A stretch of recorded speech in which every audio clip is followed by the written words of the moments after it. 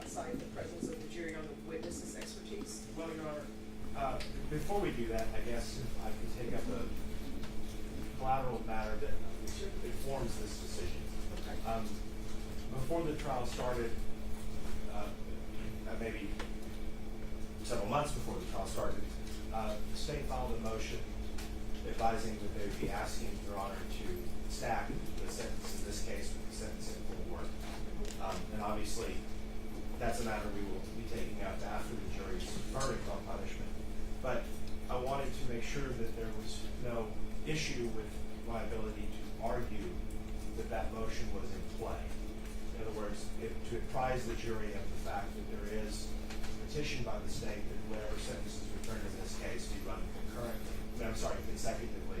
Well, I don't think that's going to be discussed with the jury because it's not their decision to make. Yes, Your Honor, but I think that there's some authority that suggests that unlike parole or matters like that, the jury needs to be aware that the court has the discretionary power to stack the sentences because, No. well, if I could just, there are a couple of cases I think that Sure. maybe follow this point, and I'll read them into the record real fast. The first is Vargas versus State, VARGAS, 252 Southwest 3rd, 876. That's Court of Appeals, 14th District of Houston, 2008. And Halliburton versus State, HALIBURTON, Court of Criminal Appeals, 1979. And in these cases, there's discussion about, in one instance, Well, let me stop you for a moment, counsel. So here's the question. Is any witness going to be called who's going to be able to say to this jury that stacking or not stacking is completely up to the court? If there is not going to be a witness, then we can take up whether in closing argument or however you want to let the jury know that the court is in this, it's the court's authority to decide whether cases run consecutively or concurrently. We can take it up at that point. Right, because, I mean, fundamentally, it wouldn't be a witness, it would be a charge to the jury. Okay, so we can take that up at that point. I just didn't, I would like to talk about it in opening. I won't if we haven't ruled on it yet, but I think that because the law seems to indicate jurors are entitled to know, I thought it would be best if we could talk about it in opening, and I wanted to give you. We can take it up in closing. I think that would probably be best. Yes, Your Honor, I understand. Just a moment. Sure.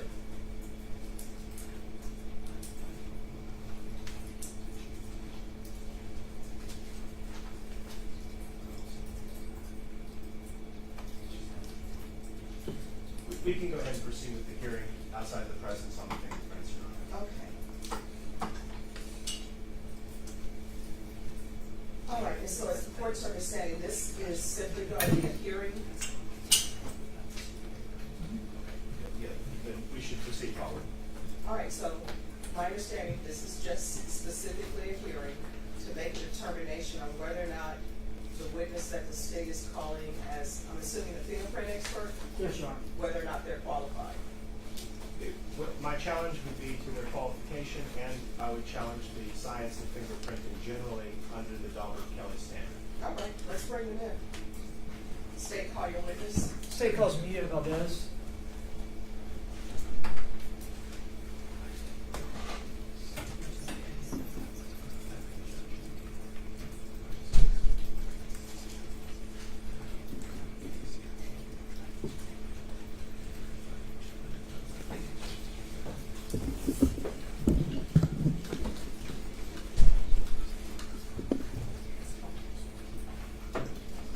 All right, you'll take a seat here, please.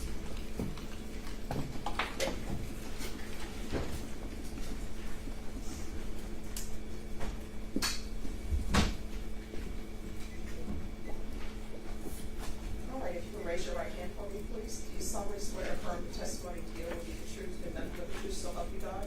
Yes, Your Honor. All right, you can lower your hand. If you'll put there should be a little clip, a square. If you'll put that on your lapel or somewhere, it's for the full recorder.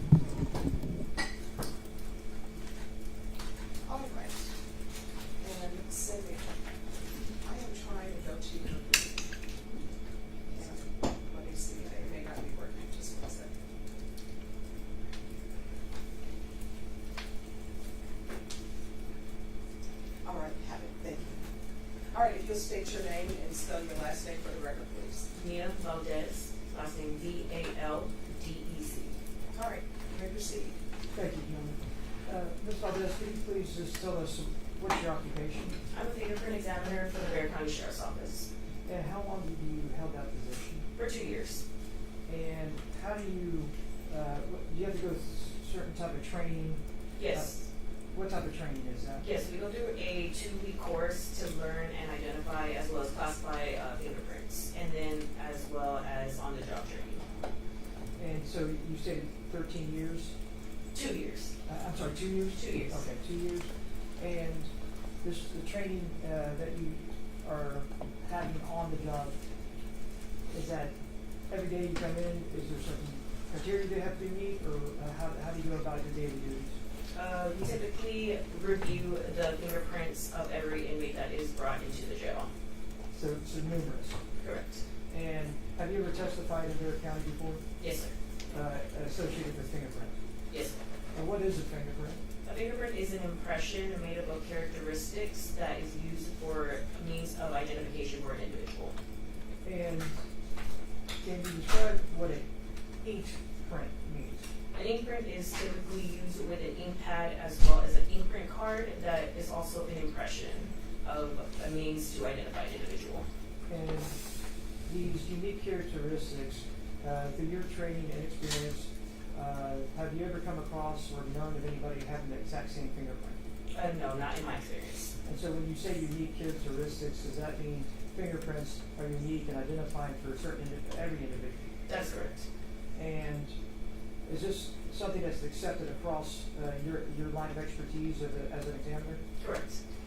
And can you just describe briefly the different characteristics of a fingerprint?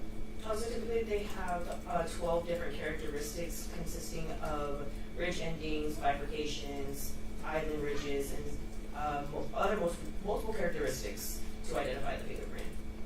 And again, this field of fingerprint examination is an accepted practice.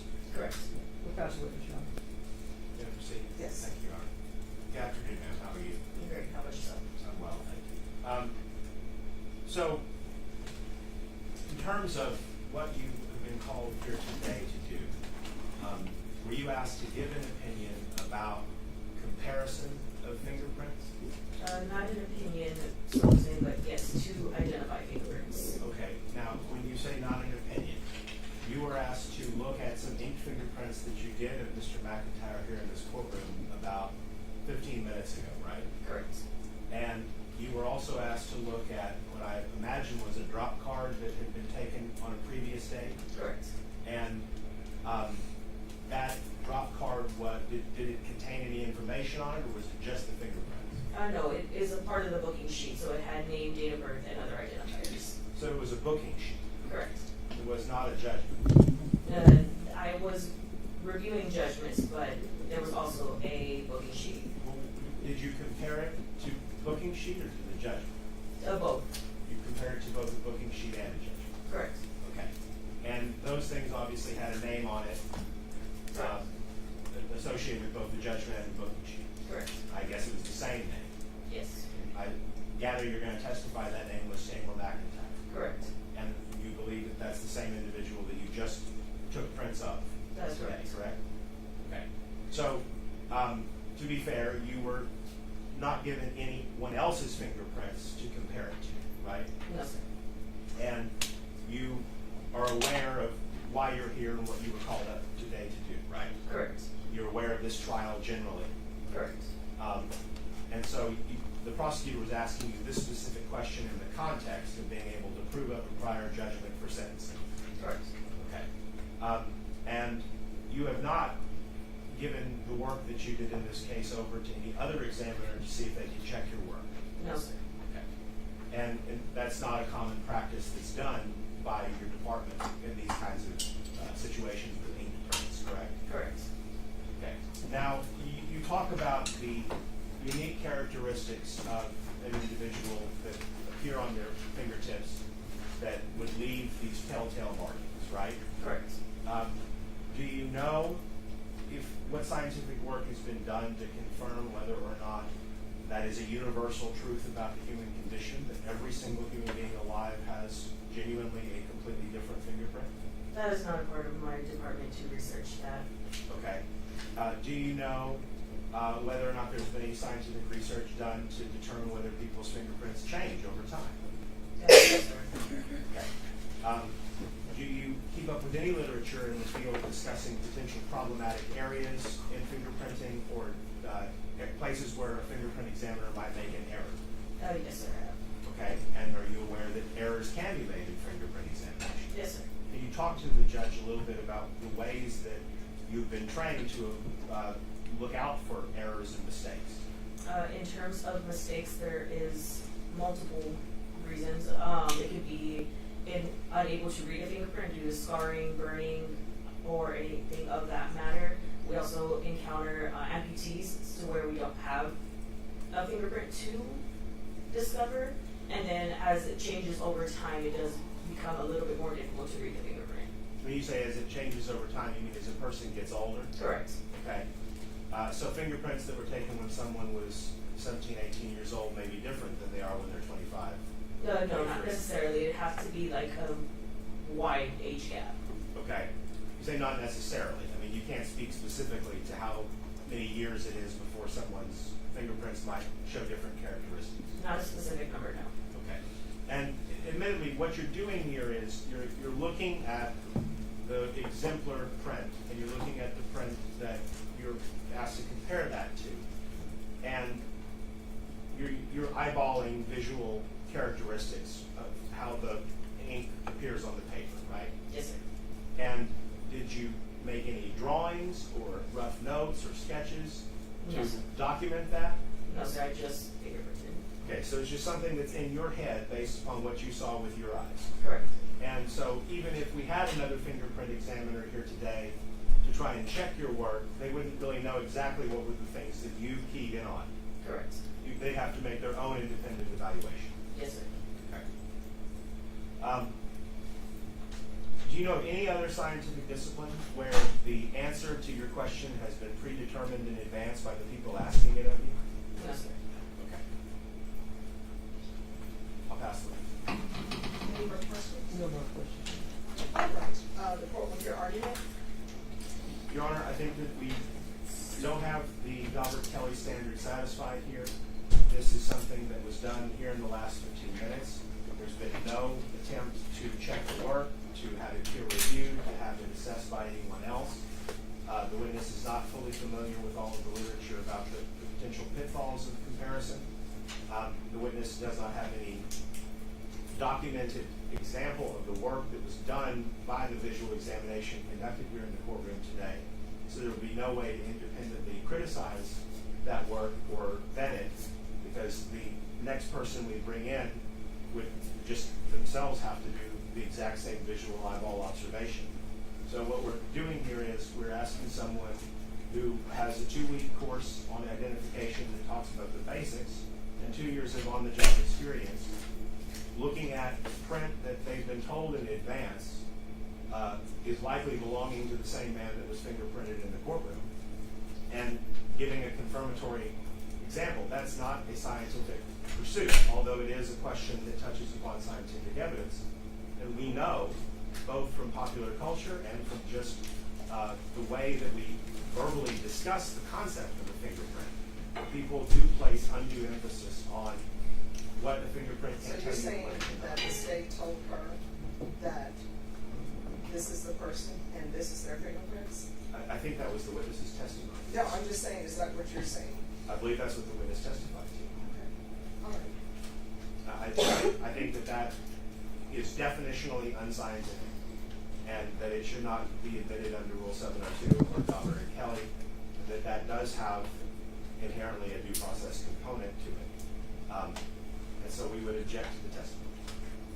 All right, state response. He said that you told the witness who the fingerprints belonged to. Your Honor, no. We asked her to compare first that she got fingerprinted today with the fingerprint, and she did that, and she identified that it was the same person that she was fingerprinted in court. The underlying validity of this technique has been applied properly, and she has the experience and the training to be an certified, a fingerprint examiner. So the state's position is, one, in a sense, defense is saying that the state has asked somebody to lie on the stand. I take offense to that. That is not what we're saying, Jason. And you know Well, that's I mean, not what we're saying. in a backdoor way, Judge, that's what he's saying, so I really It's not even appreciate in the that. back door, right? No, that's not what we're saying. All right, so here's the thing, we cannot speak over each other. I'll let the state finish, and then defense, I'll allow you to respond. So Judge, and another premise that we asked an individual to come up on the stand and identify somebody just for the reasoning of having a fingerprint match. The state is not in that position, would never put themselves in that position due to ethics and also following an oath that has been taken. So in this particular case, Your Honor, the state simply asked Leah Valdez, a fingerprint examiner for Fair County Sheriff's Office, to see if she could identify a fingerprint, that she identified the person that she took fingerprints in today, and then compared that to a judgment and identified that person as Taymor McIntyre. All right, now your response. Your Honor, the testimony of the witness was that she was presented a booking sheet and a judgment. Now, if perhaps the witness has those documents in front of her, it would produce them as court exhibits so that we can turn this up. But my understanding of the words booking sheet and judgment are that those documents contain the name of the defendant. The witness also testified that they are aware of this case and who is being prosecuted and what this case is about generally. So you're not saying that the state told her that this judgment is for your client? What I'm saying is the state gave her documents that contain identifying information on them and asked them to... I just want to be clear, because I need to make a ruling. So you're not saying that the state gave her a packet, gave her documentation and says, we're giving you this documentation. It goes with your client, so bring us this information. I am not accusing Mr. Garahan or anybody else in the district attorney's office of telling the witness what to say or violating in any way their ethical obligations. I'm so sorry that you perceive it that way. I can't fathom that that's how you perceive it, but I'm sorry. My purpose in making the argument is the witness has testified that they reviewed judgments and booking sheets. I've never seen a judgment or a booking sheet ever that don't have the name of the defendant on them. And the witness also attested to the fact that they know who Mr. McIntyre is, or at least they testified they're aware who was on trial, which would give them the name of them. So, I mean, it doesn't have to be that someone went in there and said, now listen here, I need you to testify that man there is Taymor McIntyre, he's the same man that's on this drop sheet. Okay, so I understand your argument. So the defense's motion is denied. The witness will be allowed to testify. With regards to opening statements, you are allowed to let the jury know that the court makes the decision on whether sentences run consecutively or concurrently, the end. Thank you, Judge. All right, so if you can step down from the witness stand, I'm going to bring the jury in. And let me ask you all, does anybody have let me see if I have a copy of the indictment? I don't know, is there an enhancement in the indictment or no? So it's strictly promotions. It's strictly a motion to stack the sentences from the state. Okay. And I'm assuming that your client is not pleading true to the prior. Well, Your Honor, it's not. It isn't alleged in the indictment, and it isn't being used as an enhancement because it wasn't a final conviction. No, I understand that. Right. But I'm asking, is the witness going to come and testify, or is your client planning on saying that he is in fact the person who has this prior judgment or not? We are not going to plead true. Okay, that was my question. Sorry, I'm sorry, but we're not pleading true. Okay.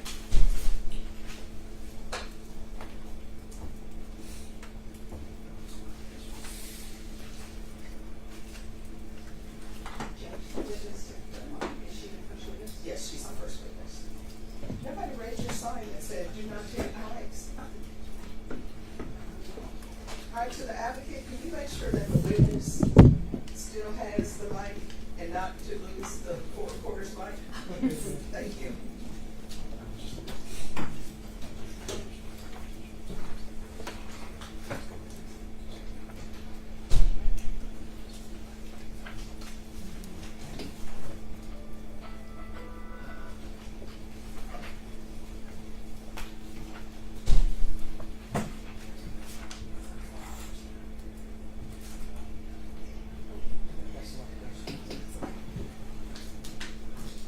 You got it, Judge. All right, thank you.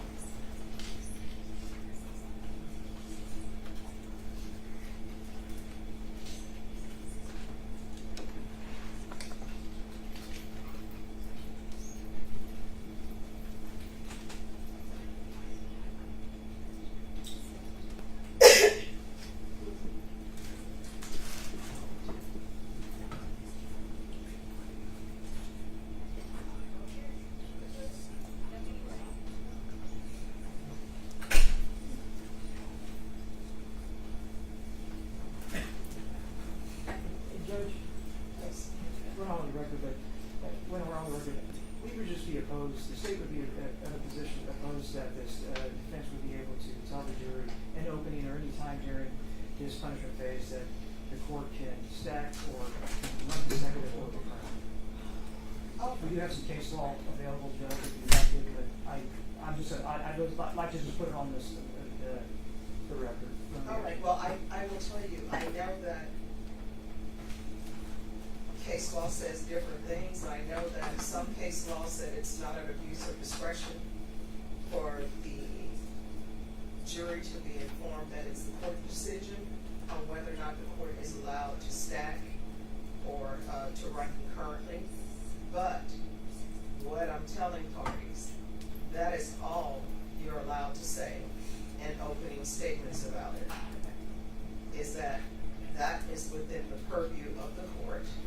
So there's to be going into no other part of that. That may be something for closing, which you'll see. But in opening, I am going to allow the parties to say. That is completely up to the court. The end. Okay, Judge, thank you. No expounding. We can explain what a consecutive sentence is, that is an option that you will consider that after the And sentence. explain it in what way? Judge, do you want this on? Yes. Explain it in what way? That you will have discretion at the end of this case to make a decision about whether their verdict should run concurrent or consecutive. And that consecutive sentencing means that this sentence will not begin to run until another sentence is completed. Yes. That's all I wanted. All right. And yeah. All right, let's bring the jurors in. All right, for the jury.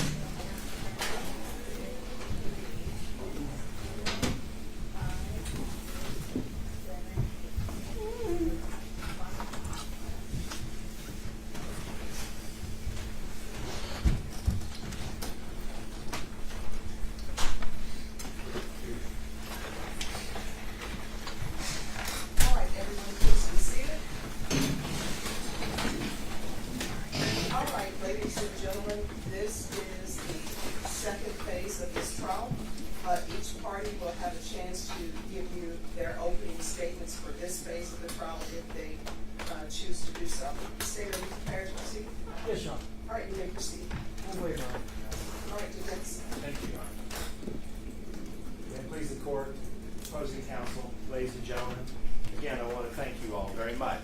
Obviously, at this point, it's clear that there are some things that we disagree about. That's okay. It's also clear that there are some things we do agree about. And I'm glad to be on that same page with you as we proceed forward.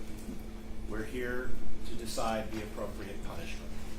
And that's an extremely difficult decision. That might be the most difficult part of any homicide case. The state is going to tell you about Mr. McIntyre's past criminal history and about things that were going on while this case that you all have heard was developing. You're going to hear about Mr. McIntyre's pending case for a murder charge in Fort Worth, where he was found guilty and he was punished for it as an accessory to the crime, as a party, not as the man who pulled the trigger, not as someone who was the direct and proximate cause of someone else's death, but as a participant in that criminal activity, much like you were charged on the law of parties in this case. You're going to hear evidence that Mr. McIntyre was on bond for that case when that happened. You're also going to hear evidence that Taymor McIntyre was 16 years old when this happened. He was a child. You're going to hear evidence that Taymor's childhood up to that point was far from idyllic. He was in the foster system with his sister. He was brought back to live with his father, who was extremely physically abusive to him, breaking bones, breaking ribs. That he had to run away and go live with his sister in Corpus. You're going to hear about how that affects him, how it impacts his judgments. And we need to always remember as we go through the evidence in this portion of the trial that we are looking at this whole circumstance through the eyes of a 16-year-old boy who has had a traumatic and horrible life and whose judgment was impaired. You heard testimony in the guilt-innocence phase about the fact that Mr. McIntyre had consumed LSD the night before. And while a lot of time had passed before the incident that you all considered in guilt-innocence took place, we have to acknowledge that there are impacts on his perception of this situation. Now, we talked in jury selection. Intoxication is not an excuse. Intoxication is not a reason why someone should not be held criminally responsible. But it is absolutely something that you all should be considering when you're deciding what is the appropriate punishment. The punishment range for first-degree murder in Texas is anywhere from 5 to 99 years or life in prison. And that's a huge range of time. And we understand, I think, that not all murders are created equal. While we go through this, I ask that you all have some patience with me and bear with me. Because while I know that we all agree on one central thing, which is that there was not enough evidence to convict Mr. McIntyre of capital murder, there was not enough evidence that Mr. McIntyre robbed anyone, we certainly have differences of opinion about different aspects of this case, which I'm going to do my very best to respect. But I don't know exactly why each of you made the decision that you made in the guilt-innocence phase. Some of you may have made it for different reasons. You only need to be unanimous about the ultimate conclusion. So there are things that I'm going to talk about that you may think, well, that's him talking about self-defense, and I've already heard that, and I don't believe it's self-defense, and come on, stop talking about self-defense. But remember, just because someone isn't 100% in the right doesn't mean the other person isn't partially in the wrong. And we have to acknowledge that every human interaction is a two-sided coin, and that there are aspects about Mr. McIntyre's perception on the world, his understanding of what was going on, the events that led up to being in that car with Mark, that have bearing on how responsible he should truly be in the grand scheme of things. Those are things that I ask you all to still consider, even though, I gather, you all have rejected the idea that what was done was justifiable by self-defense or otherwise. Keep those things in mind. Also keep in consideration things that relate to how Joanna behaved in all of this. While I understand that you all found Joanna credible enough to accept her testimony for the purposes of overcoming the accomplice witness rule, and I can understand y'all's reasoning there, please also understand that there are significant reasons why we should be suspect of Ms. Reyes' testimony, and those reasons have additional bearing into how you should make the decision to punish. Remember, Mr. McIntyre was 16 years old when this happened, but Ms. Reyes was 19 years old. Jeremiah was 19 years old. Mark was older than him. Jalen was the closest in age, but still older than him. Taymor is the youngest person in that car. And Taymor is now here in front of you, asking you all to decide how to punish him for this horrible, tragic thing. And keeping that aspect in mind, the motives of the other people, why things were done the way they were, all should be brought to bear, right? The fact that his presumption of innocence has ended does not mean that you all cannot continue to give some credence to the fact that Mr. McIntyre is, like all of you, a human being.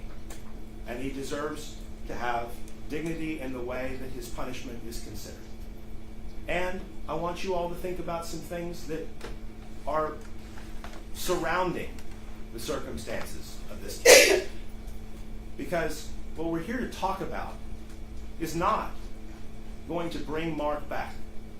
It is not going to right any of the wrongs that you all have passed judgment about guilt and innocence on. Those things are not fixable. No matter what we were to do, we can't take back time. We can't take back these decisions. We are all having to move forward. And I would submit to you that the criminal justice system and the way that we handle the carceral punishment of people, locking people away, is just one idea out of many in how we address these otherwise unsolvable problems. It is good for the human heart. It's cathartic to try and see that someone is being punished for what they've done. And I understand that. And there's nothing wrong with that desire that we all feel, we all experience, when we have identified that someone has done something that offends the values of society and that puts us in danger. And I respect that. But we have to also understand that it doesn't do any good to solve one wrong by committing another.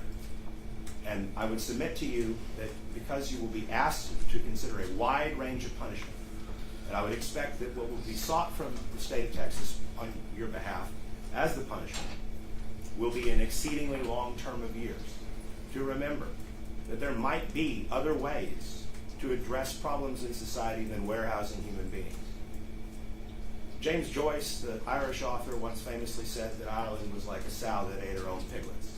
And I worry sometimes that in America, that's what we have. We have children who are trapped in the foster system, children who are the victims of abusive parents, of parents with substance abuse problems, children who don't have any chance of having a proper moral compass, a proper guiding system. They have to figure those things out for their own.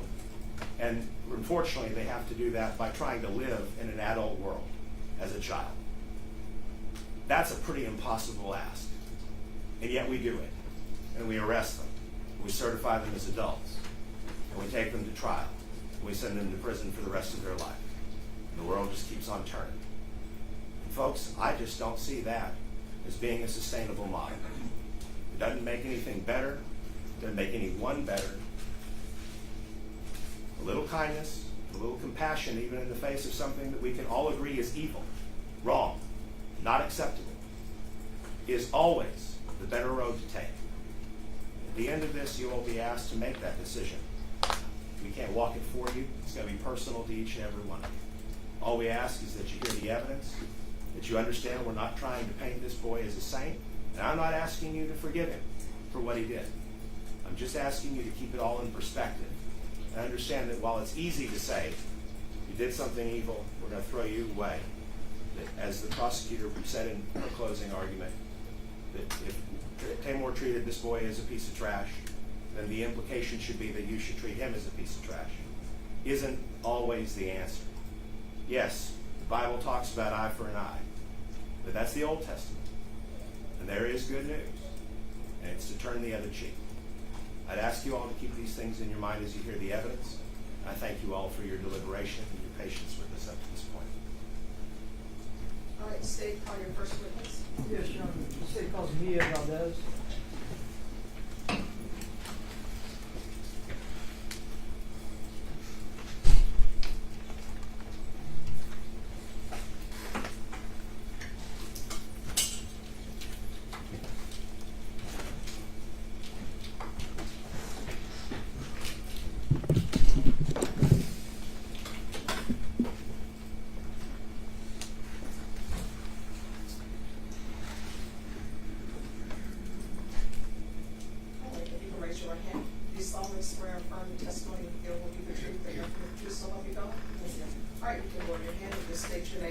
and spell your last name, please. Ian Valdez, last name Valdez.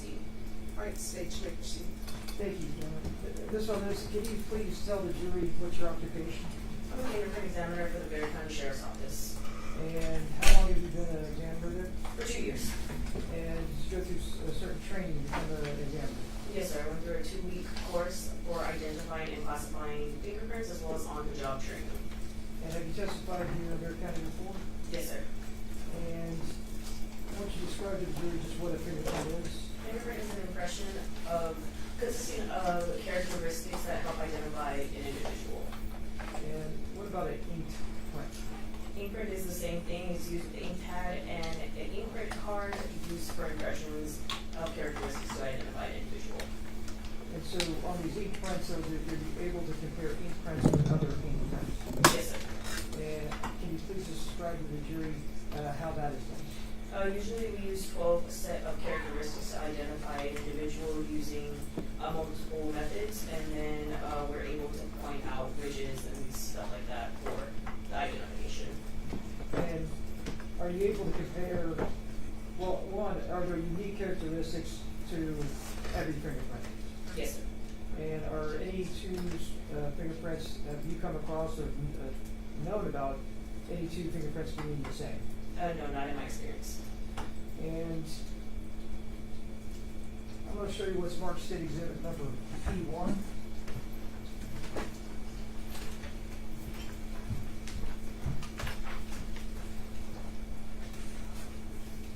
Please tell me, tell the jury, one, can you identify that? Oh yes, this is an inkprint card. And can you describe to them what a print card? Inkprint card. Ink print card. Can you describe to the jury what that is? It is a card that has the impressions of the fingerprint using an ink pad. And do you recognize this particular ink print card? Yes, sir. And how do you recognize it? I was the one who was taking these fingerprints.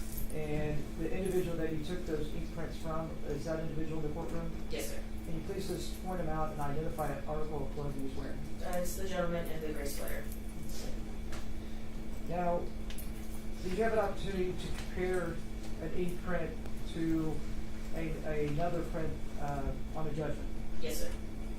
I'm going to show you what's been marked. State exhibit number P2. Can you tell me if you recognize that document? Yes, sir. And tell me how you recognize that document. This was the judgment that I reviewed. And is there a print in that packet? Yes, sir. And were you able to compare that print with the known ink prints that you took in the courtroom today from Mr. McIntyre? Yes, sir.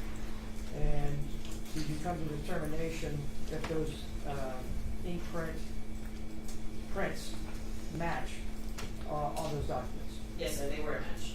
And do you remember which fingerprint that was? This one is going to be the right thumbprint. And on that, well, one, the state would offer state exhibit number P2 into evidence, Your Honor. This time we'll tender to the defense for any objections.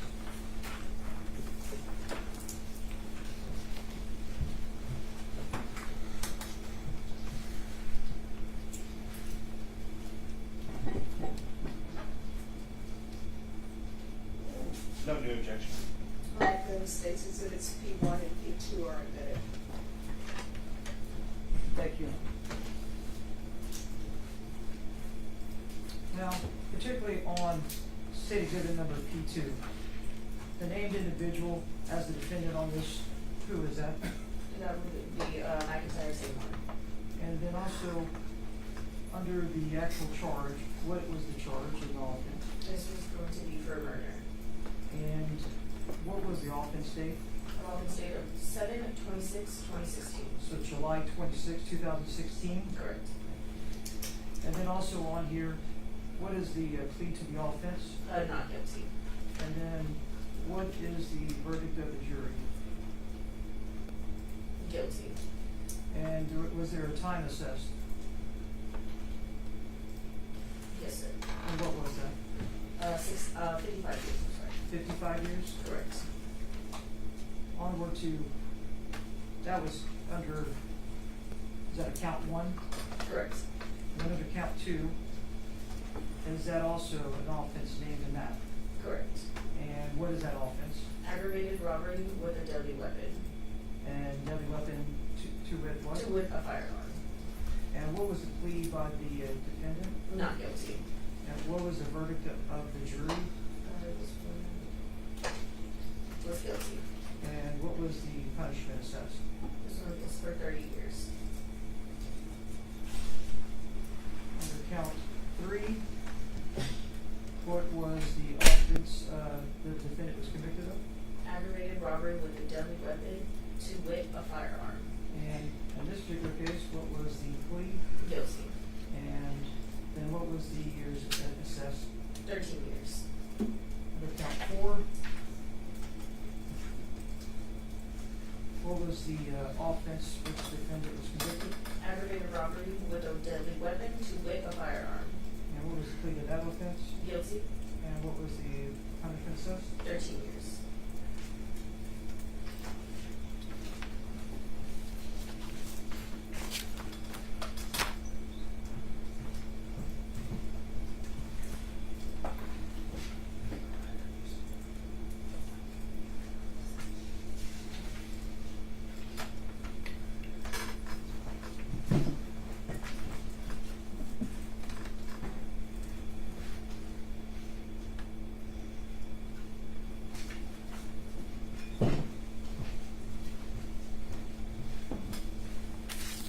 I'm gonna show you when it sparked P4. Can you look over that and tell me if you recognize that? Yes, sir. And looking at this document, is there any identifying numbers on there? Yes, sir. And also a name, Correct. and also a date of birth? Correct. And does the SID identifier match the SID identifier on the judgment? That's correct. And do you read it knowing that this to be a booking photo? Correct. Judge, at this time, the state would, I'm sorry, what is the identifying number of SID? It's going to be the state ID number. Can you pull that up, please? WTX 164-60189. And on state exhibit number P4, does that match that SID number on that document? That's correct. At this time, Your Honor, the state will move into evidence P4. We'll send it to the defense for any objections.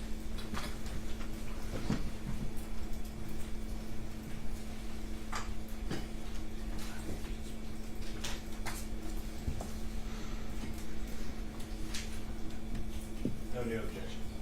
All right, state's exhibit P4 is admitted. Thank you, Judge. Maybe it's published to the jury. Yes. And this is what was identified as P4, and those are booking photos of this individual when he was booked in Tarrant County. Correct. Thank you. And again, he was convicted of 1 murder and 3 aggravated robberies. Correct. Thank you. We'll pass the witness. All right. Defense, you may proceed. Thank you, Your Honor. 1 and 2 right there. Good afternoon, ma'am. Do you have your microphone? So sorry, I walked off without it.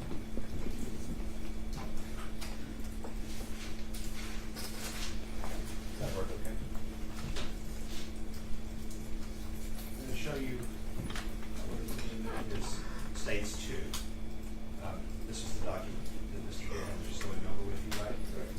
And you indicated that it's Taymor McIntyre. Correct. And it's out of Tarrant County, correct? And here, I want to call your attention to this portion here. What does the judgment say right there? The sentence shall run concurrently. Thank you. Pass the witness. No further questions for this witness. All right, is this witness excused or subject for recall? Excuse by the state, Your Honor. Please by the defense. All right. The rule has been revoked. You're not allowed to discuss your testimony with anyone during the pendency of the trial. All right, if you'll leave the microphone behind. State, call your next witness. State calls Anthony Rodriguez.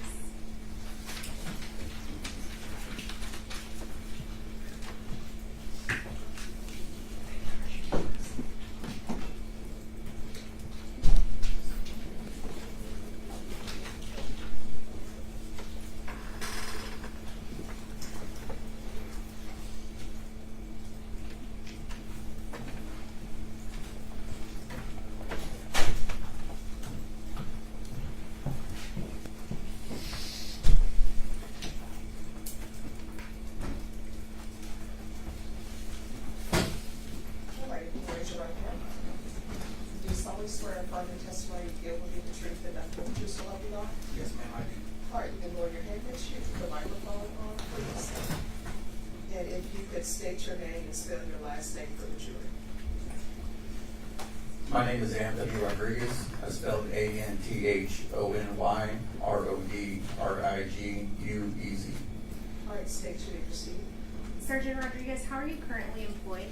I'm an investigator with the Bexar County District Attorney's Office. I hold the rank of sergeant. I'm a criminal investigator.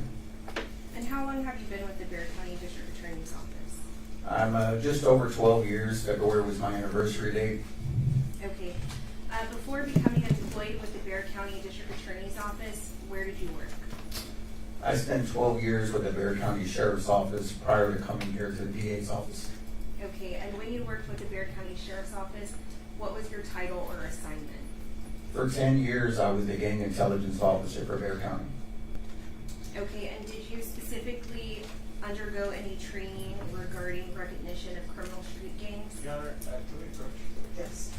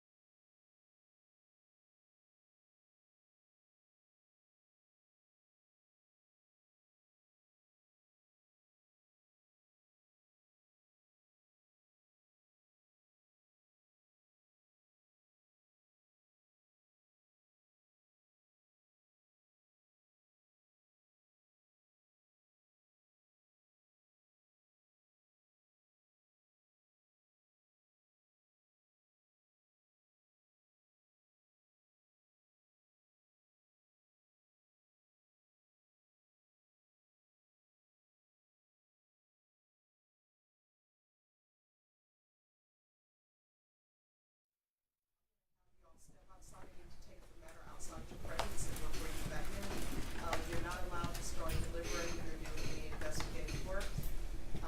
Don't deliberate with each other or internally with yourself. I'll let you know when you're allowed to deliberate again. Everyone, please rise for the jurors.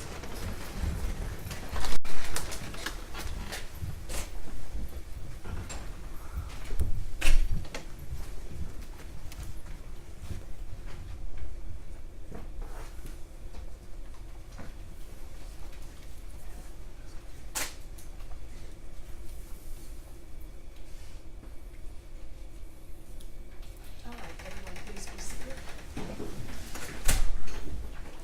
And my understanding is the witness is going to testify to potential gang affiliation or something of that nature. That's correct, Your Honor. All right, so I'm gonna let the state ask their questions so I can see where this is going, and then I can hear objections and see whether there's a need for a hearing on expertise. Thank you, Judge. All right, you may proceed. Sergeant Rodriguez, you said that during the Bexar County Sheriff's Office, you spent 10 years doing what? I was the gang intelligence officer of the Bexar County Sheriff's Office. Okay, and regarding any training and experience that you have, can you just briefly go over that to the court? Yes, I'm a member of the Texas Gang Investigators Association, also the International Latino Gang Investigators Association. I have received training through the Texas Commission. You all have dimmed the lights.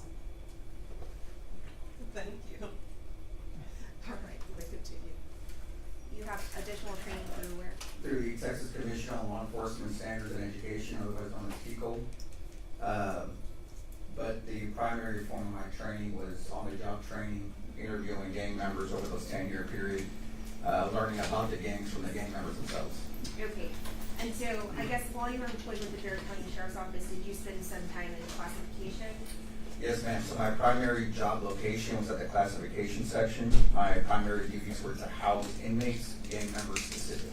Okay, and so as part of being a classification deputy, did you routinely conduct interviews with documented gang members? And undocumented, yes, ma'am. Okay, and do you have any other additional training regarding your recognition of criminal street gangs? Outside of what I just mentioned, no, ma'am. Okay, and as part of updated with any literature or training materials regarding gang identification?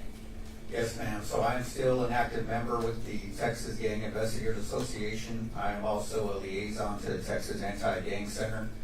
I administer all the gang documentation here in the Bexar County DA's office.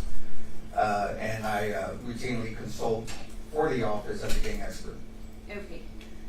Now, regarding how you're able to identify defendants as members of criminal street gangs, can you kind of just go over the different ways you'd be able to identify someone as a member of a criminal street gang? Yes, ma'am. So Texas has a central gang database that's legislative. It's required by the law.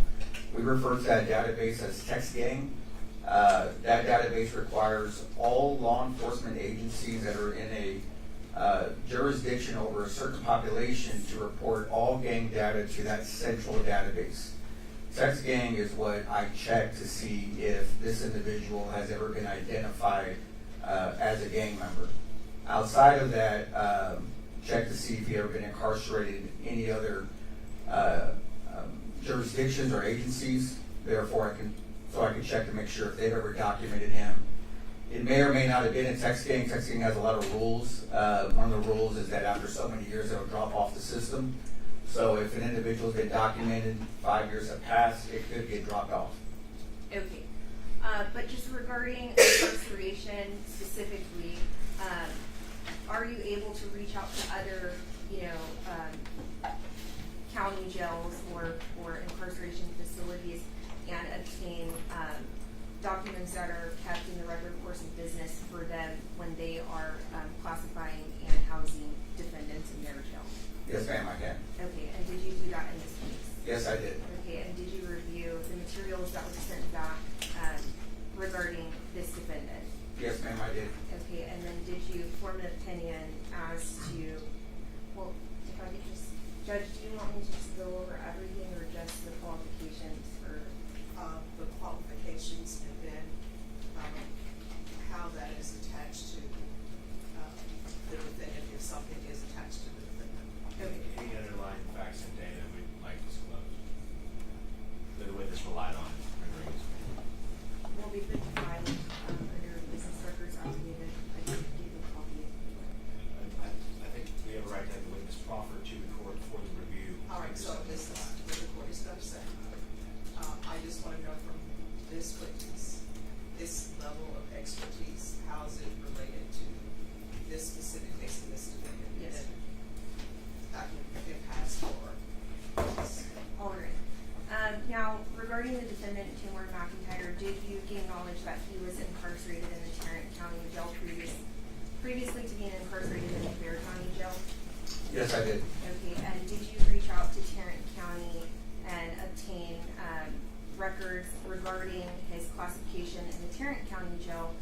Did you obtain those records that were regularly kept in the course of business there? Objection, this isn't the witness who could attest to what's regularly kept in the course of business in Tarrant County. All right, that objection is overruled. Did you obtain the documents from Tarrant County? Yes, ma'am, I did. And did they come with a business records affidavit? Yes, ma'am, they did. And you reviewed that? Yes, ma'am, I did. Okay, thank you. And after reviewing those records, were you able to form an opinion as to whether the defendant was ever affiliated with a criminal street gang? Yes, ma'am, I did. Okay, and what gang was that? He's a member of a Crip gang, otherwise known as the Long Beach Insane Crips. Okay, and was that determined through a self-identification or what means? It was determined from a self-identification gang acknowledgement form obtained by Tarrant County. Okay, and can you just explain to the court what that form is? So this is a correctional form. It's used in jails and detention. It's used primarily to house individuals. So when somebody comes into a facility, they are approached by what we call a classification officer. This is an individual that houses people in the jail. They're asked a series of questions. One of those questions is going to be, are you a gang member? Many individuals will admit gang affiliation at this time, so they are housed appropriately. They don't want to be housed with rival gangs or things of that nature. Okay. And do you have knowledge about the Crips Criminal Street Gang? Yes, ma'am. Okay. And based on your knowledge of that gang, do you have an opinion as to the purpose of that gang?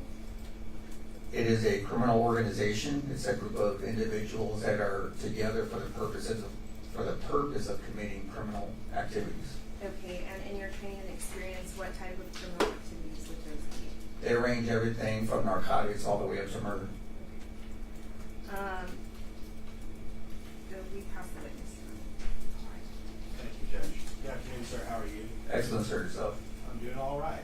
You indicated that you checked databases to see whether or not Mr. McIntyre was listed as being affiliated with the gang, right? Yes, sir, I did. And you mentioned Text Gang is a statutorily required, statewide database about gang affiliation in prisons. Yeah, no, not in prisons, jails. Well, by law enforcement, not exclusive to just jail. Okay, just so it could be people on the streets, people in jails, people in prisons. Not prisons. Everything but prisons. I checked a separate database for that. Okay. Are you aware that many gangs have different organizational structures for people who are incarcerated versus people who are out on the street? I'm gonna Yep. object as How well is that outside of the scope of relevant? this hearing. It goes directly to his qualification. I'll make some. I will hear objections. All right, you can answer the question. Can you repeat the question, sir? You're aware that oftentimes when we talk about a criminal gang, that gang may have people on the outside and it may have people on the inside. They often have different organizational structures, right? That's possible, yes, sir. Okay. And was it, just so we're clear, was it Text Gang that you consulted that actually said Taymor McIntyre is a member of this particular gang? Yes. Okay. So it wasn't an independent document from Tarrant County, or it was a document from Tarrant County in Text Gang? Can you just explain Sure. your method of determining this a little bit more clearly? Sure. Text Gang has a 5-year requirement, meaning that if you're in the system for 5 years and you're not validated, meaning that another law enforcement agency hasn't added to Text Gang, you are dropped off the system. So McIntyre was in Text Gang from a earlier admission. He has since dropped off Text Gang. However, Text Gang still showed that at one point an entry was made. So to answer your question, I had to do both. The first thing was I acknowledged that there was an initial entry in Text Gang, but to validate that initial entry to ensure that it is in fact the defendant, I reached out to the county that entered that information, and that county is Tarrant County. Okay, so to be clear, if we were to go look him up right now, Mr. McIntyre is not in Text Gang. He has since dropped off Text Gang, yes, sir. 5 years ago. After 5 years, so the original entry date, I believe, was 2017. Okay, I see. Gotcha. So what? 3 years ago? Yes, sir. Something like that? Yes, sir. Okay. You mentioned that Long Beach Insane Crips is a criminal enterprise, basically. Is that your testimony? The Crips gang is a criminal organization, yes, sir. Okay, when you say the Crips gang, you understand that there are lots of different subsets of what you call Crips, right? Yes, sir, there is. And that many of them have no affiliation with each other whatsoever, right? That's true, yes, sir. In fact, some criminal elements that would call themselves Crips are actually fighting each other, right? That's true. So you can't say that it's just Crips, therefore it's a criminal enterprise, correct? Are you talking about this particular gang or all gangs? I'll withdraw that question. Let me ask you a more specific. Have you ever investigated, other than Mr. McIntyre, any other individual person who's a member of the Long Beach Insane Crips? No, sir, I have not. Have you ever encountered anyone who is a former gang member from the Long Beach Insane Crips? No, sir, I have not. Do you know anything about the organizational structure of that entity, the Long Beach Insane Crips? I have some knowledge of it, yes, sir. Okay, well, when you say you have some knowledge of it, is it based upon your own investigative work? Yes, sir. Okay. but you indicated you never investigated anybody associated with that gang, so help me Yeah. understand. I never investigated a person associated with that gang, but I have looked into the gang. Okay, when you say you've looked into the gang, are you talking about Google or talking about something more? So, sure. So, we get reading material that's nationwide, primarily from the International Latino Gang Investigator Association, also from the Regional Organized Crime Investigation Center, that provides reading material from various law enforcement agencies throughout the country. This particular gang, the one you're asking about, sir, is a California-based Southern gang. So when I learned of this particular group, I went to that reading material from the southern part of California. There I was able to learn a little bit more about this gang. Okay, well, I mean, so for example, my guess is you have more dealings with some of the Latino gangs here in San Antonio, right? There are quite a few of them in the jails here. Yes, sir, there are. Okay, so for example, you know that what is going on in Los Angeles with a gang like the Latin Kings isn't necessarily reflective of what anyone who calls themselves that in San Antonio is doing. Do you understand that happens a lot, right? It's kind of a broad question there, sir. There could be some takeaways from incidents in one state that carries over to incidents in this state.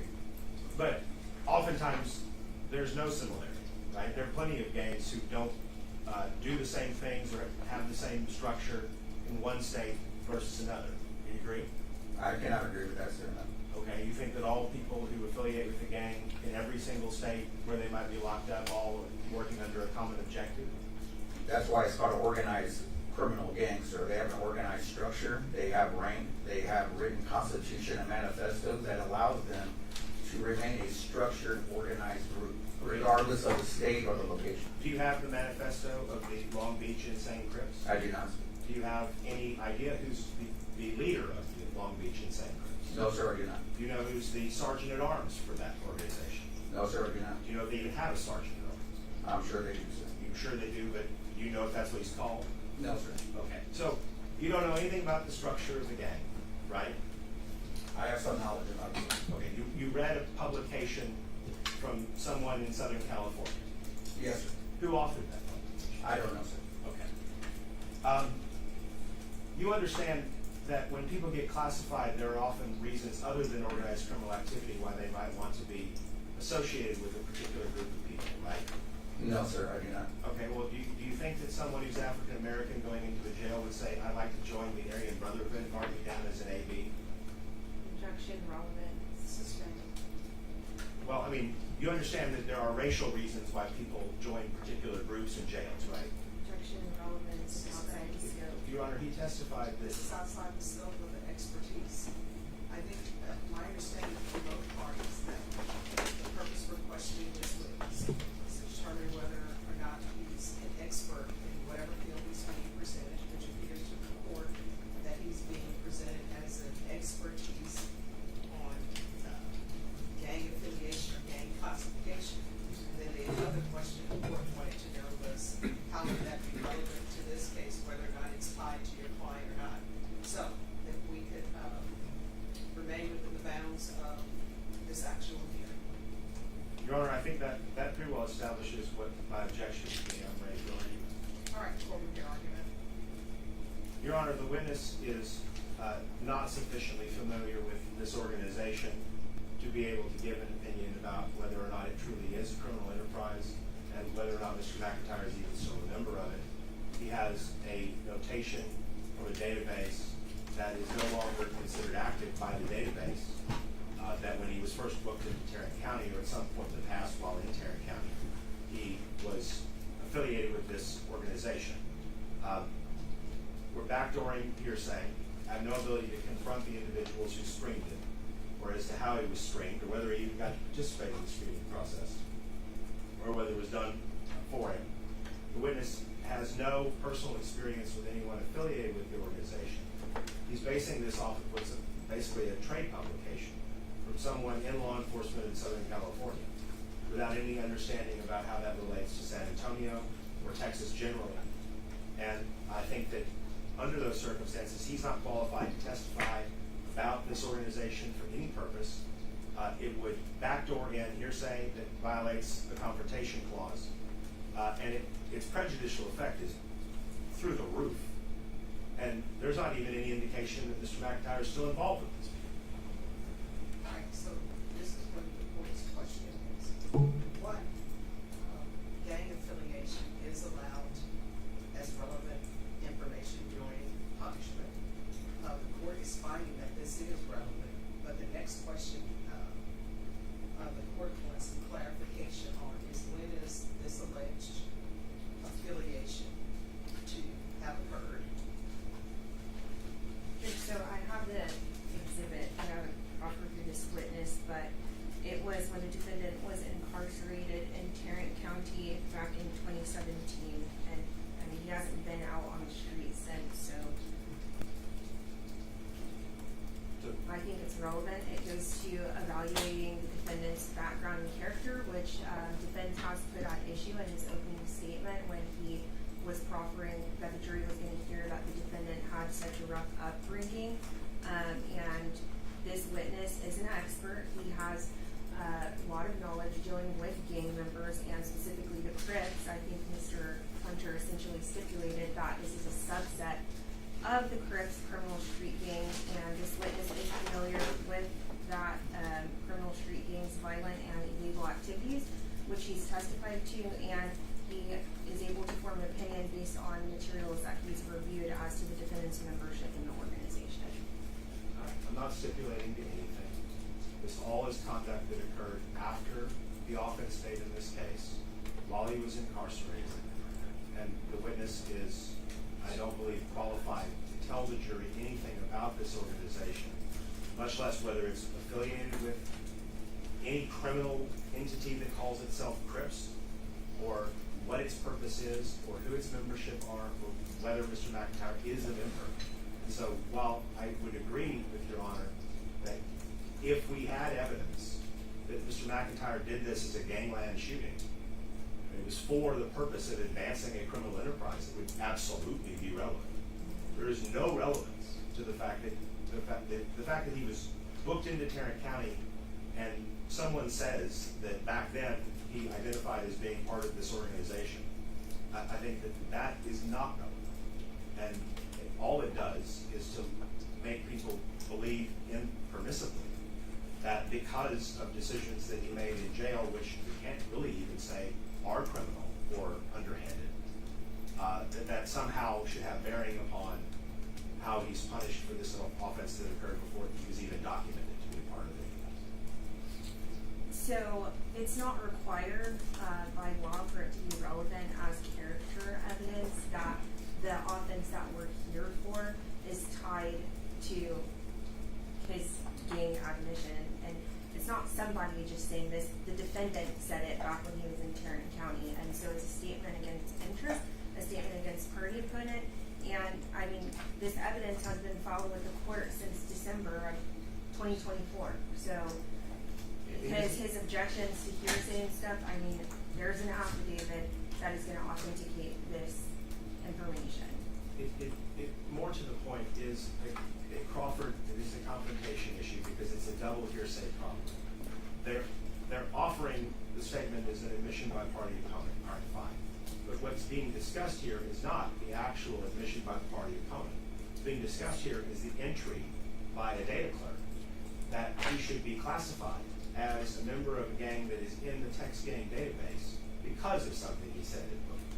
We don't have the statement exactly that was said in booking. We've got a summary of that. So I think that's the reason why there's a confrontation problem, irrespective of whether it would come in as an exception to hearsay or non-hearsay statement.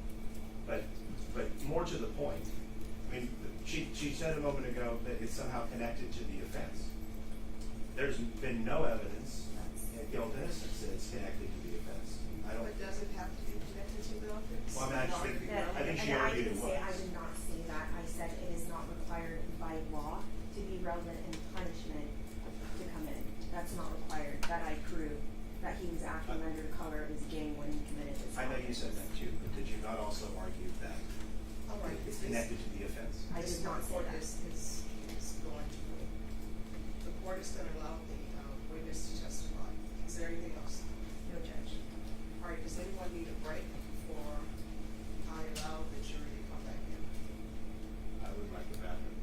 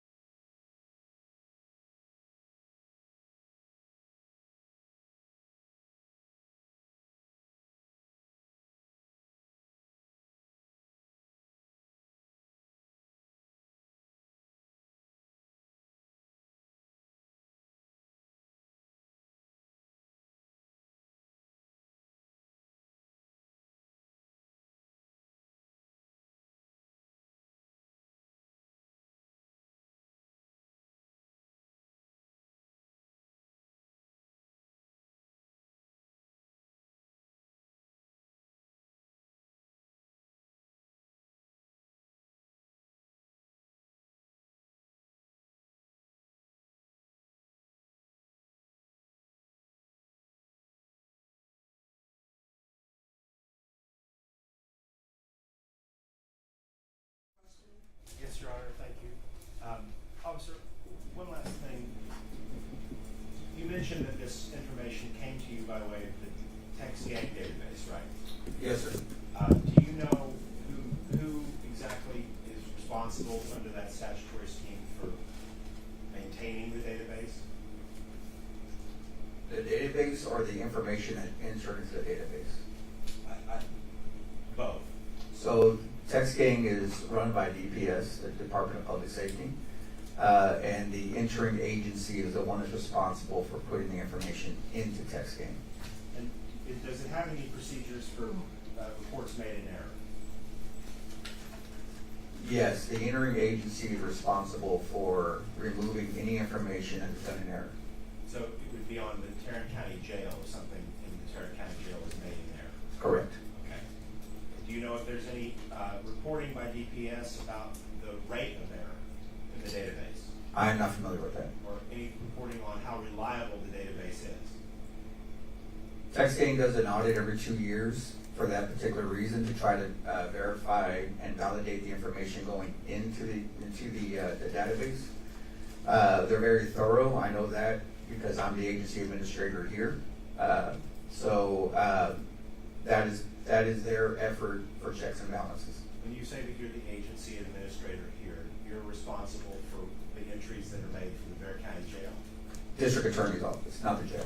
Okay, so as to individuals that you prosecute, so prosecutors can independently upload information to the database? We could, but we don't. We have never uploaded any information in TextGang since I've been the administrator. Okay, so you have never had to report on your error rate because you don't report that data? Correct. Right, that piece is safe.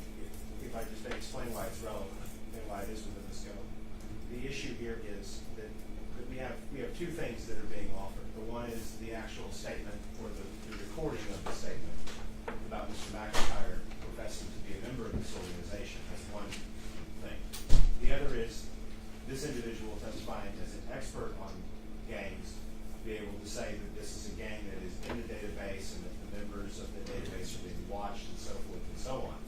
And if the witness can't attest to the rate of error of the database, then there are problems with letting the jury understand that this information was uploaded to the database, because it gives a sense that it's more reliable than it really is. That's the objection. All right. The objection is overruled. The witness will be allowed to testify. If you could line the jurors up, please.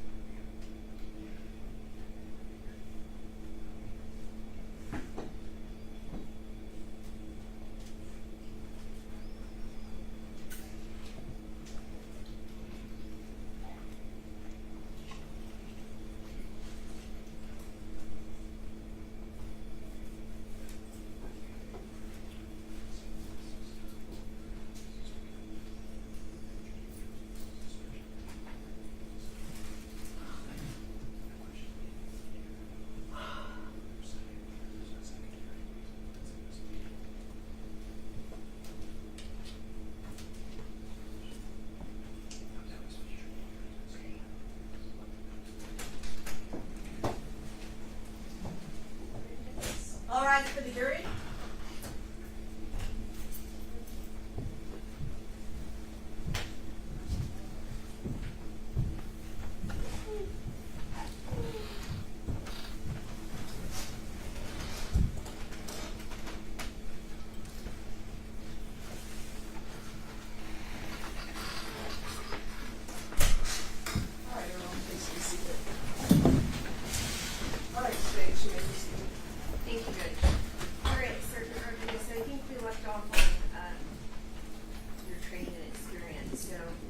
You're employed with the Bexar County District Attorney's Office, is that correct? Yes, ma'am, I am. And how long have you been doing that? I've been with the Bexar County District Attorney's Office for a little over 12 years now. And what are your duties with the Bexar County District Attorney's Office? I'm a criminal investigator. My primary duty is to assist the prosecution with trial preparation. Okay. Do you have any ancillary duties in your employment?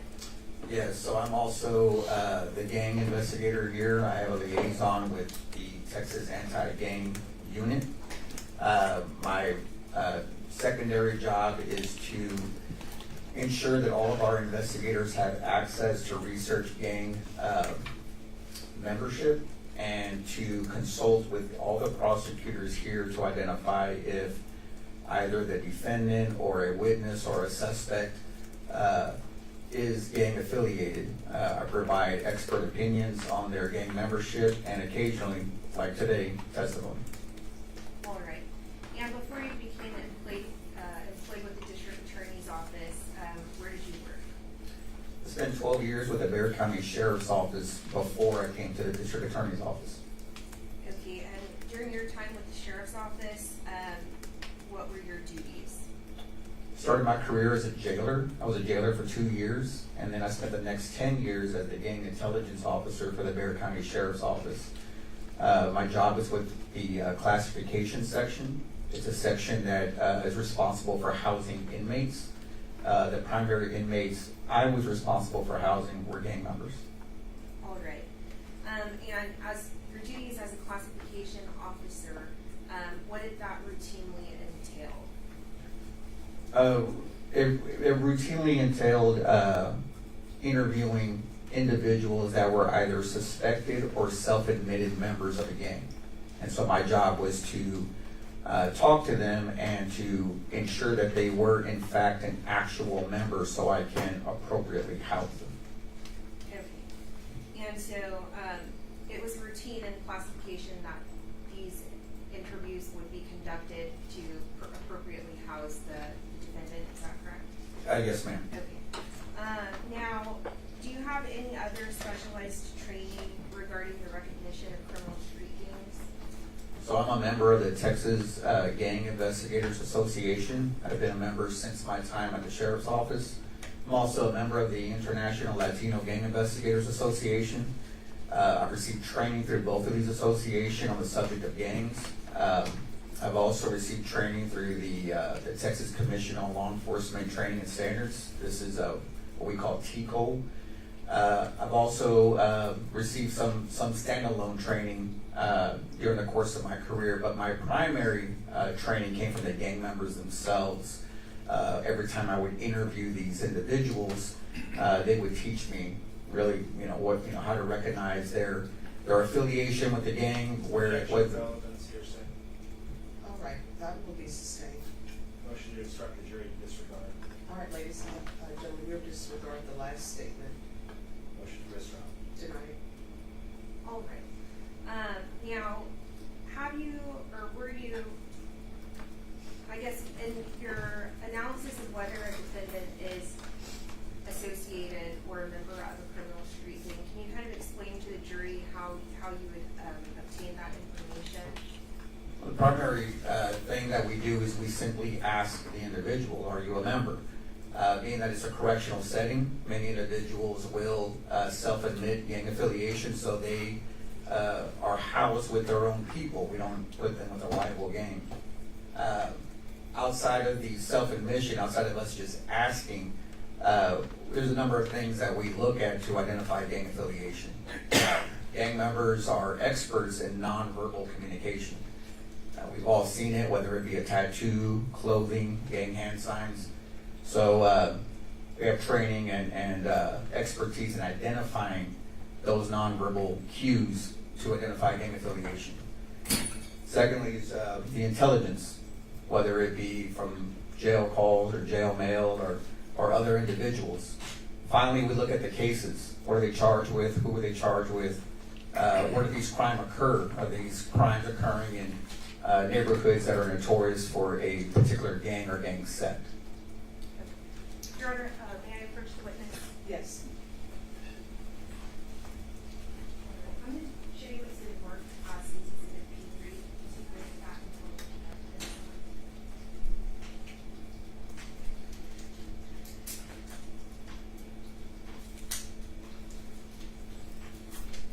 Yes, ma'am, I do. Okay, have you seen Exhibit P3 before? Yes, ma'am, I have. Okay, and, can you explain to the jury, what P3 is? P3 is a gang acknowledgement form. So in a correctional setting, when you identify somebody as a gang member, we want to make sure we capture that information. We capture it by documenting it in a gang form. What I have here in P3 is a gang form. Okay, and just regarding Exhibit P3, I know earlier you spoke when a defendant is classified in the jail, there's documentation, and so did you reach out to the county jail and personally obtain Exhibit P3? Yes, ma'am, I did. I'm tendering to defense for inspection, but at this time the state offers Exhibit P3 under Rule 803.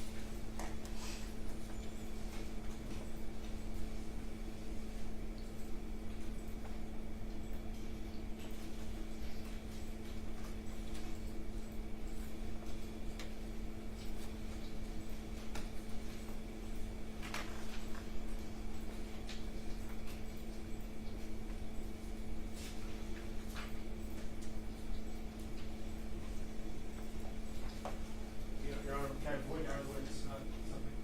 Yes. Officer, in reviewing P3, there are photographs of Mr. McIntyre without a shirt on, correct? Yes, sir, there are. And they document some tattoos that Mr. McIntyre has. Yes, sir, they do. You're not testifying that any of those tattoos are affiliated with any criminal organization or a marker of those organizations, are you? I am not, sir. Okay. And no new objection. All right, State's Exhibit P3 is admitted. Permission to publish your Corrected. Okay, Sergeant Brown, I guess, so have you had a chance to review the contents of State's Exhibit? Yes, ma'am, I am. Have you formed an opinion as to the defendant, Taymor McIntyre's involvement in a criminal street gang? Yes, ma'am, I have. And what is that? Objection, opinion on oath of commission. Overruled. You can answer. He is a member of the Long Beach Indian Crips. Now, I'm publishing Exhibit P3. Can you explain to the jury what this first page is? When you receive a documents and you want to have them admissible in court, we would Objection, get. Your Honor, relevance calls for a legal conclusion. All right, that will be sustained. Motion to instruct the jury to disregard. All right, ladies and gentlemen, you should disregard the last question. All right, Sergeant Rodriguez, regarding this first page, is this something that you received when you requested the evidence from Tarrant County? Yes, ma'am, it is. All right. Now regarding this page, I guess, can you see it up there? Yes, ma'am, I can. All right. Can you explain to the jury what this page is? This is the document used by law enforcement to capture and collect information acknowledging gang affiliation. All right. And just regarding the name of the person, can you tell the jury what that name is? Yes, ma'am, it's, Sorry, Your Honor, just for, make sure the record's clear, if I could have a running objection as to the explanations about the content of the document as to my hearsay confrontation and set of two objections. I just want to make sure I'm not objecting all through her examination. All right, we continue. All right. Can you please tell the jury what that name associated with this gang is? yes, the name is Taymor McIntyre. And what is the CID? That is the correctional identifying number. That is a number used by this corrections agency. It's a unique number specifically attached to Taymor McIntyre. All right. And regarding the date of birth associated with the defendant? June 16, 2000. And sorry, just to That is the specific and unique number given to the defendant by the agency. And what is that in this case? What is the agency or the number? The number. The number is 0905728. All right. And can you explain to the jury what the affiliation, moniker, and ranking is? The affiliation is the name of the gang. So in this case, Taymor has identified himself as a Long Beach Insane Crip gang member. The moniker is the nickname that he uses as a member of that gang. In this case, it's Tay-K 47, and he's identified himself as a member of that gang. All right. Regarding the affiliation or ranking determined by, can you explain that to the jury? Yes, ma'am. So this, what they're identifying here on the form is how they identified him. In this case, number 3 is selected, indicating that Taymor has identified himself as a member. Number 6 has been selected. There are a number of options under number 6, ranging from gang dress, hand signs, tattoos, or symbols. In this particular case, he provided intelligence on hand signs that are unique to this particular gang. And finally, number 8, which is use of technology or the internet for recruitment. I'm going to object. First Amendment, right of free association, right of free expression.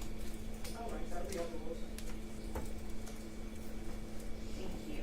Now, regarding this area, I guess, can you explain to the jury what you reviewed regarding this specific comment section? These are the notes that are documented by the agency. In this particular case, it is indicating that he self-admitted membership on July 26, 2017 with the Eastside Long Beach Insane Crips. It also indicates that photos were taken of the defendant and social media photos were collected during the course of their investigation. Now, regarding what's depicted on the screen, can you just explain to the jury what they're seeing? These are images that they collected during the course of their investigation into his social media profiles. As it's identified in the gang letter, the defendant explained what these hand signs mean in these images.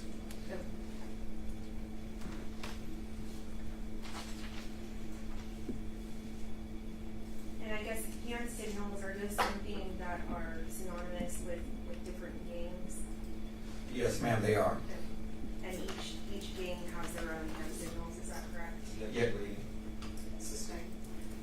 Regarding gangs, do all gangs have the same hand signals? No, ma'am, they do not.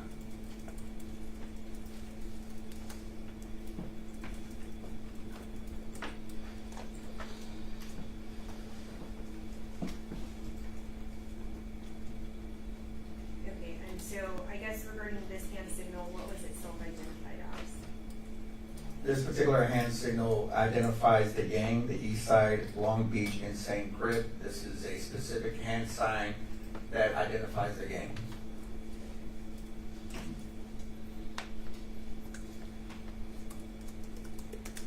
And regarding this hand signal, what was that self-identified as? Bloods and Crips are part of a larger universe. They're part of nations, people, and folk nation. In this particular case, he's throwing a hand sign that represents the folk nation. It's just a larger group within the group that he represents.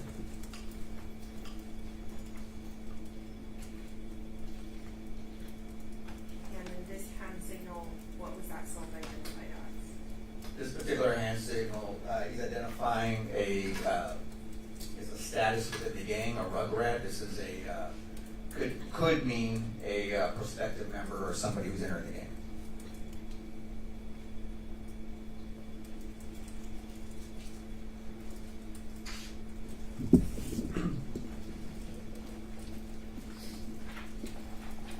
And I guess, can you just explain to the jury what this form is that they're seeing?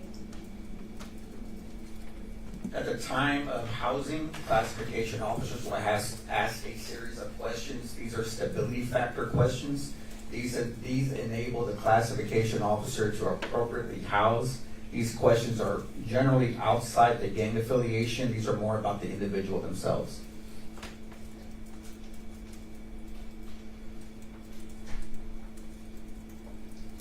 And then just regarding this line right here, can you explain to the jury what that is? Yes, it's a little redundant, but it's, once again, they ask the defendant if he's a member of a gang, to which he replied that he's a member of the Crips and gave his alias or nickname. Now regarding the photos that we just saw with the hand signals, what did you personally see when you observed those photos? Outside the hand sign, once again, gang members are notorious for nonverbal communication. The Long Beach Insane Crip generally wear black or gray, and in almost all of those images, he's wearing a black shirt, which is another indicator of gang membership. Okay. And are you familiar with the criminal street gang of the Crips? Yes, ma'am, I am. Okay, and based on your knowledge of that gang, do you have an opinion as to the purpose of the gang? Objection, relevance. Relevance. Well, Judge, I mean, it goes to the reputation and character of the defendant. It's a different gang than what you just testified to.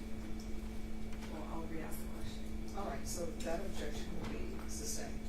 Motion to instruct the jury to disregard the question. All right, ladies and gentlemen, you can disregard that last question. Motion for mistrial. Denied. All right, so as part of your employment with the Bexar County District Attorney's Office, do you keep updated with any literature that's coming up about any gangs? Yes, ma'am, I do. Okay. And so regarding this Long Beach Insane Crips gang, have you been able to form an opinion as to the purpose of the gang? Yes, the gang is a criminal enterprise. That's a group that is designed or created for the sole purpose of engaging in criminal activity for the benefit of the gang. And are you aware of any crimes specifically associated with this subset of the Crips? With this particular one, no. Okay. And regarding the overlying or Folk Nation Crips, what are the crimes associated with those gangs? Yes, the Crips. Objection, relevance. Overruled. You can answer. The Crips are a criminal enterprise. They engage in crimes ranging from narcotics all the way up to murder. And based upon what you've reviewed and State's Exhibit P3, have you formed an opinion as to whether the defendant was a member of the Insane Long Beach Crips? Yes, ma'am. And what was that opinion? He is a member of the gang. We pass the witness, Your Honor. Defense. Thank you, Your Honor. You said you're primarily employed with the Bexar County District Attorney's Office, right? Yes, sir, I am. And so you're obviously familiar with this case and Mr. McIntyre's reason for being in court, right? Vaguely from what I've seen on the news and whatever.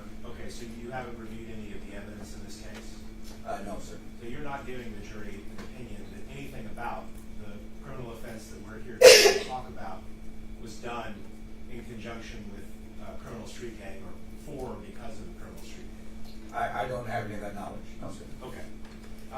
You testified a moment ago on what I just want to make clear. There are photographs of tattoos of Mr. McIntyre's in that packet that the jury has, right?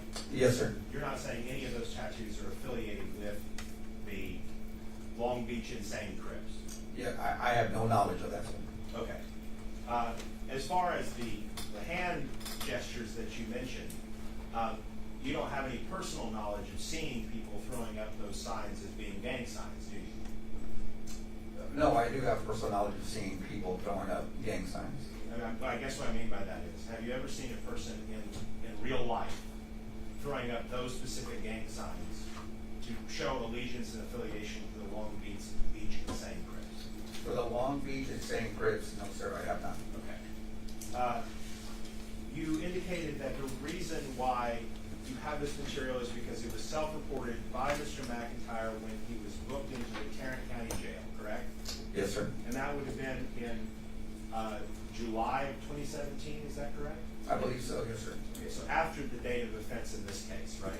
I don't know the offense dates. Okay, April 23rd, 2017 would be before this information was reported, right? Sure. So we don't have any knowledge or any record that indicates he was an affiliate or member of this gang at the time of the offense, correct? I'm unaware of it, sir. Okay. You indicated that this is something that's done for all people who are being brought into the jail in Tarrant County, right? I believe this happens in all the jails, sir. It happens here, for example, too, Correct. correct? Yes, sir. You didn't provide any records of Bear County classification. Bear County just used what Tarrant County says. And I didn't see anything from Bear County, so I would have to assume that yes, they use what Tarrant County. Well, we don't want you to assume. So you have not seen anything from Bear County, right? Correct. Okay. And you were talking about the nature of criminal gangs. You'd agree with me, there are criminal gangs that operate out in the free world, and there are criminal gangs that operate solely within correctional institutions, be they jails or prisons. Yes, sir. And sometimes those organizations span both, and sometimes they don't, right? Yes, sir. You don't have any specific information about how the structure of the Long Beach Insane Crips operates, do you? I have some knowledge about it, sir. Well, I mean, as to whether it's primarily a jail gang, primarily a prison gang, primarily a gang that operates out in the free world, you don't know much about its structure, do you? So, for this particular gang, there are two parts of it. You have the street gang, which is a Long Beach, and you have the Crips, which is a prison gang. Okay, well, This group is both. let me back up. The Crips is a term that encompasses hundreds, maybe thousands of different groups of people, right? Yes, sir. And you're not suggesting that all of those people know each other, talk to each other, get the newsletter, right? I'm unaware of a newsletter, sir. Okay, you're unaware of any other way in which there's mass communication between all of these people, correct? No, I am aware. So it is an organized gang. They do have an organized structure, and I'm talking about the Crips as a whole, not the individual subsects. And they do communicate. Well, You are well aware of that. Let me just ask you this. You're aware that some groups that would call themselves Crips are actively in gangland wars with other members of the Crips, right? Yes, sir, that's true. So just the fact that they're both Crips doesn't mean that they're unified together, right? Depends which ones you're talking about, sir. But there are certainly, not all of them are on the same page, fair to say? Sure, yes, sir. Okay. And you're aware that there are lots of legitimate business things that individuals who identify as Crips engage in, right? Yes, sir. They own businesses, for example. Oh, I'm unaware of that, sir. Okay, you're aware that there are a lot of popular musicians and artists that identify as being members of some subsect of the Crips, right? I've heard of that, yes, sir. And of the Bloods, right? Yes, sir. Okay. Now, the Crips and the Bloods have predominantly been African American gangs, right? Yes, Just sir. relevance. Your Honor, I think it's extremely relevant. What's the relevance? We're talking about jail classification and reasons why someone might jail classify other than a desire to commit criminal activity. All right. Objection is overruled. So the Crips and the Bloods are predominantly African American gangs, right? Yes, sir. The Orejones and the Tango Blasts and Latin Kings are predominantly Hispanic gangs, right? Yes, sir. The Aryan Brotherhood is a white supremacist gang. Yes, sir. Okay, so people that book into a jail, when you talked about wanting to be housed with their own people, part of that is about if they are a member of a gang, they don't want a rival gang to be where they live, right? Correct. But it's also to some degree about racial divide, is it not? Depends on the gang. I mean, an African American probably doesn't want to classify as an Aryan Brotherhood member, right? I would think not. Okay, and that's about their personal protection and safety in the jail. Sure. Okay.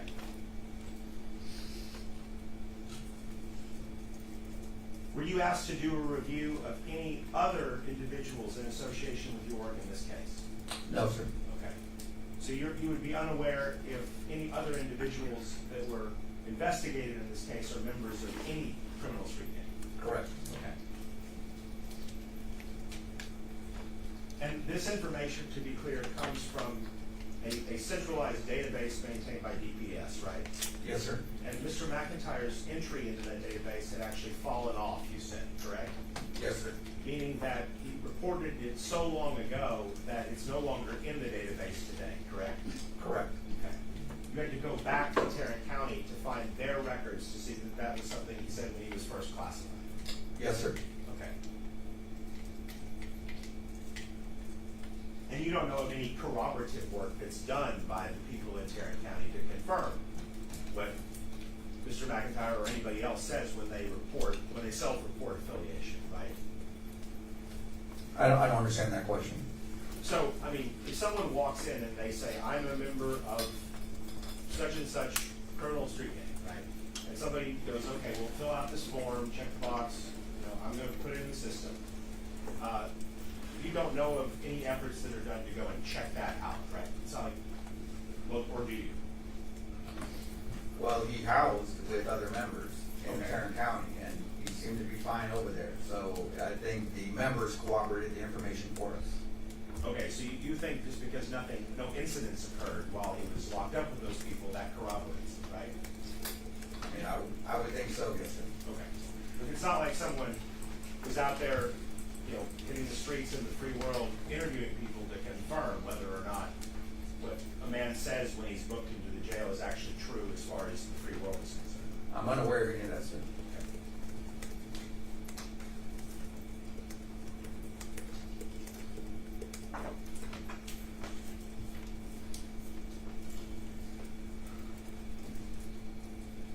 Jails are very difficult places to be living, right? Protection, relevance, Comparable. A jail is a difficult place to live, wouldn't you agree? I would think so, yes, sir. You're surrounded by people who are there because they've either been accused of or convicted of breaking the law. Yes, sir, that's true. And so people are sometimes violent in jails, I believe so, yes, sir. and there's drug use in jails. I'm sure there is. There are people who are trying to blackmail other people in jails. I would think so, yes, sir. Well, you worked at the sheriff's office too, correct? Yes, sir. So you're aware that the sheriff's office has extensive training of their jailers to how to avoid being blackmailed by people, who are locked up in there, right? Yes, sir. So you know that those kinds of con games and attempts at compromising a person happen all the time in jails. It does happen, yes, sir.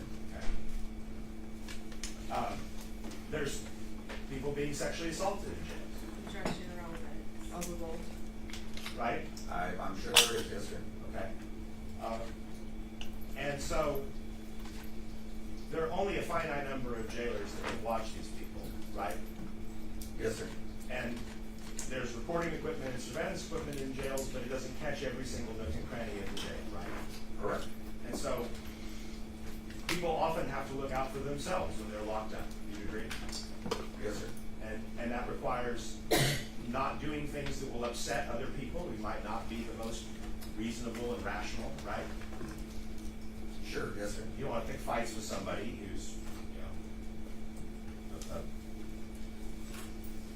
6'5", 5-time serial killer, right? That wouldn't be a good idea. You agree?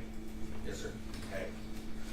It means that if you are trying to avoid being taken advantage of and things like that, you need to try and make relationships with other people, other inmates. Yes, sir.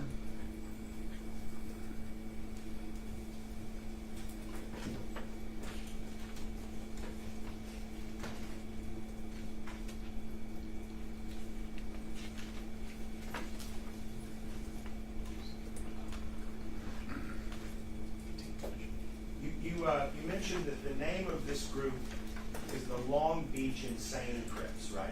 Yes, sir. And you mentioned that as it stands in the free world, their origin is in Long Beach, California. Yes, sir, that's true. Okay. And you know that as groups get more prominent in different facilities in different states, different jurisdictions, there may be differences in leadership or policy or attitude between those different facilities, right? I'm sure that's true, yes, sir. Okay. And you don't know anything about the president of the Long Beach Insane Crips that would be running things in Texas, No, sir, I do not. or any of the other officers that might be involved in that structure, No, I do not. or even if that's how exactly they structure their organization. With your exact terms that you're using right now? Well, right, I mean, when we think of an organization, we think of it as having a hierarchy, right? Yes, sir. But not all groups have the same kind of a hierarchy. In organized crime, which is what the Crips are, there is an organized structure. What this particular organized structure I'm is. going to object to non-responsive. Overrule. You can answer the question. The Crips are an organized structure. They have an organization. I think you're asking me to use your words to identify that organized structure. What I'm telling you is, I don't know who the members are that meet those particular organized ranks, but they do have them. Okay, well, what are the ranks? Well, you have what's called an OG, or an original gangster. This is somebody who's a founding member. And then you have a youth, or a youth member. You have different other names for them. And in between all that, you have soldiers, which are either incarcerated in prisons or out on the streets. Okay, so you think that generally that's how all of these gangs operate? No, sir. Okay. You think that that's how the Crips operate? Some Crips, yes, Okay, some Crips. correct. As to the Long Beach Insane Crips, you don't have any specific information about members fulfilling these hierarchical roles. No, sir, I do not. Pass it. Sergeant Rodriguez, in Texas, is there such thing as an ex-gang member? Yes, there is. And if somebody was an ex-gang member, when they go to be classified, is that something that would be notated on the documentation? Yes, ma'am, it would be. Okay. And when we talk about corroboration and whether people in Tarrant County went to corroborate, I mean, the photos that you've seen, you'd agree with me, those were taken way before the defendant was ever in the Tarrant County jail, Objection, correct? pleading, Your Honor. All right, with regards to leaving, that would be sustained. Motion to instruct the jury to disregard the question. All right, ladies and gentlemen, disregard the question. Motion to disregard. Denied. Have you had a chance to observe, the photos that are contained in State's Exhibit T3? Yes, ma'am, I have. Okay, and specifically, these photos, were those taken when the defendant was inside of the Tarrant County jail? No, ma'am, they were not. Okay, and so, I mean, in your opinion, would these hand signals I would object corroborate? for personal knowledge. Which are you referring to? I'm sorry. Objection is overruled. You can ask your question.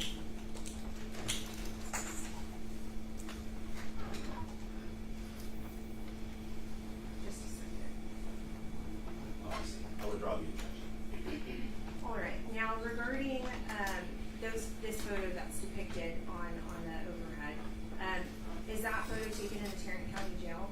No, ma'am, it's not. All right, and so would the hand signals corroborate the defendant's self-admission in your opinion? Yes, ma'am, they would. You pass the witness, sir. Briefly, Your Honor. You indicated that these documents and these photographs showed something about a gang sign about being a rug rat, right? Yes, sir. Which you indicated was someone who's a prospective member of the gang, correct? Yes, sir. Which would mean that they're not a member of the gang at the time. They're trying to get in. Right, correct. Okay.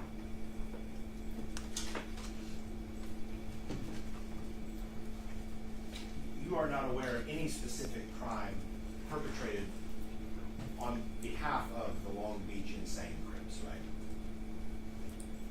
Can you rephrase that? You don't know of any specific crimes that have been committed for or by the Long Beach Insane Crips to promote or further its enterprise? So are you asking if I have direct personal knowledge of a specific crime committed by that group, or am I aware of the gangs involved in criminal activity? The first question. I am not aware of specific crimes committed by that gang. That's the case. No further questions, and excuse by state. Excused. All right, the rule has been invoked. You're not allowed to discuss your testimony with anyone during the pendency of this trial. Thank you. Thank you. All right, State, call your next witness. Stay rest, Your Honor. Now we approach. Yes.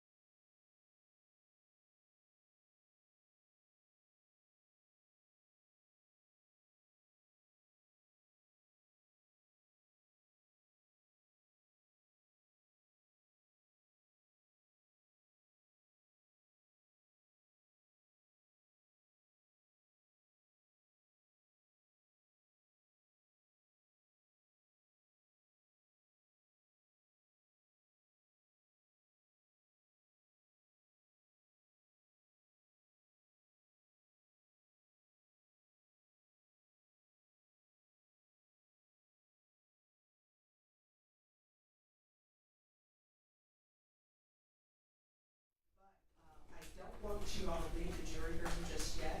I'm gonna, speak to both the state and the defense to see, what time they would like for you all to be back tomorrow, because I don't want you to come back into the morning just for me to tell you, no, it's gonna be the afternoon. So just give us a few minutes to decide that, all right?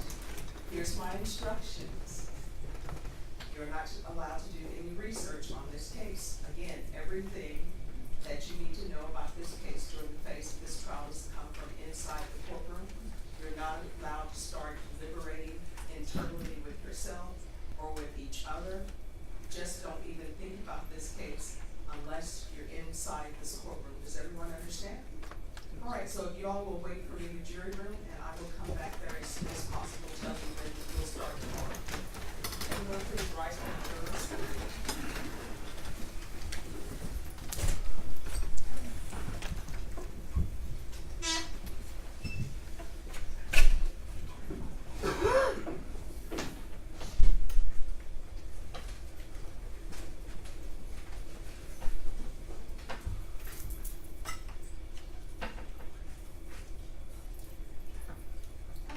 Everyone please be seated.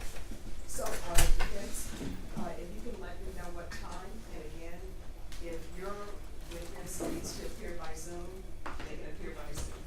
Yes, Your Honor. Thank you so much for that accommodation. Give me a moment. I realized my phone just died, so I gotta power it up so I can make these calls. All right, no problem. And while they're doing that, if y'all can collect the evidence and make sure that, it's together for Sydney. Yes, Judge. Thank you.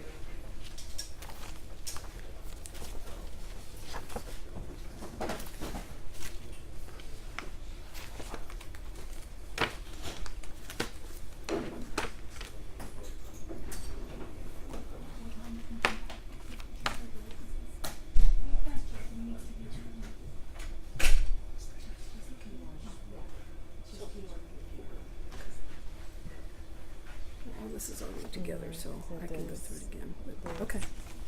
Okay. Thank you. Do y'all readmit everything from the, or no? Oh. Yes.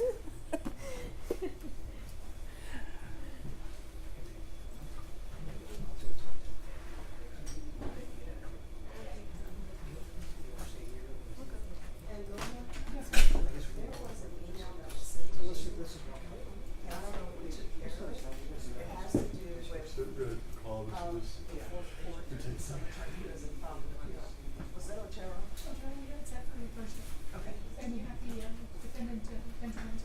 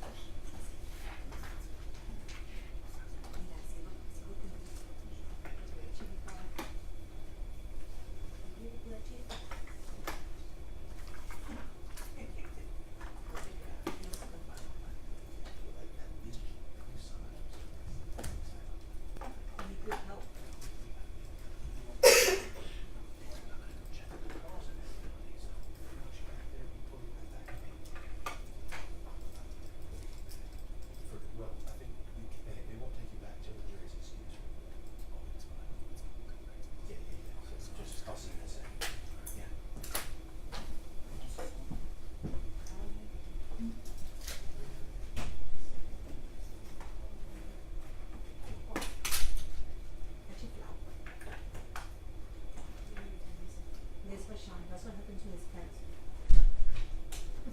I can't wait till we can talk about this.